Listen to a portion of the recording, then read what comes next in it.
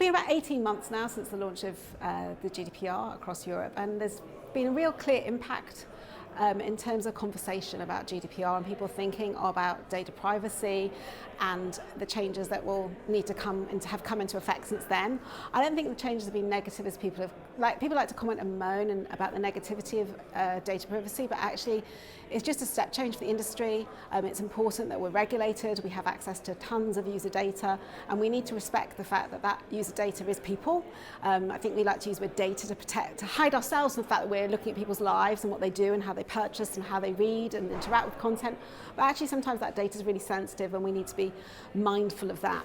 The EU isn't the only market in the world that's seen changes to data regulation. There have been changes in many markets in the world, but the biggest one that I think most people are looking to now is the impact of the CCPA in the USA. Many publishers switched off their sites in the EU to take care of the issue of data privacy, and now they have to adapt. You know, California is a huge global economy, it's a huge American economy, and those publishers have to, and businesses have to think about how they respect and treat the data.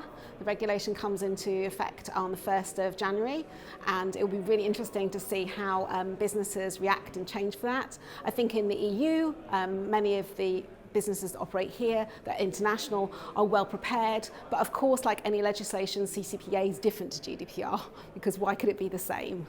I think with changes to regulation, people always worry about how businesses react, and I think one of the biggest opportunities is innovation.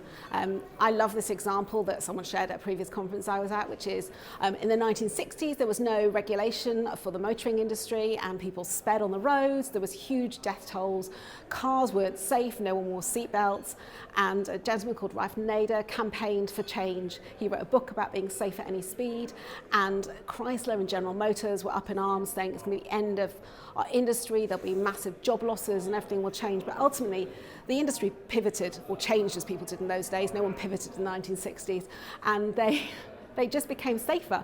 And now if you look at the car industry, everyone competes and innovates around safety and performance as opposed to just like the way it looks. And I think as an industry, in terms of advertising, we'll just have to look at it differently and think, right, if we want to market to people, how creative can we be? How innovative can we be? How can we be different to the others? And I think that there will be losers, of course, but clever companies with clever staff will make a big difference, and we'll just rise again as a big industry.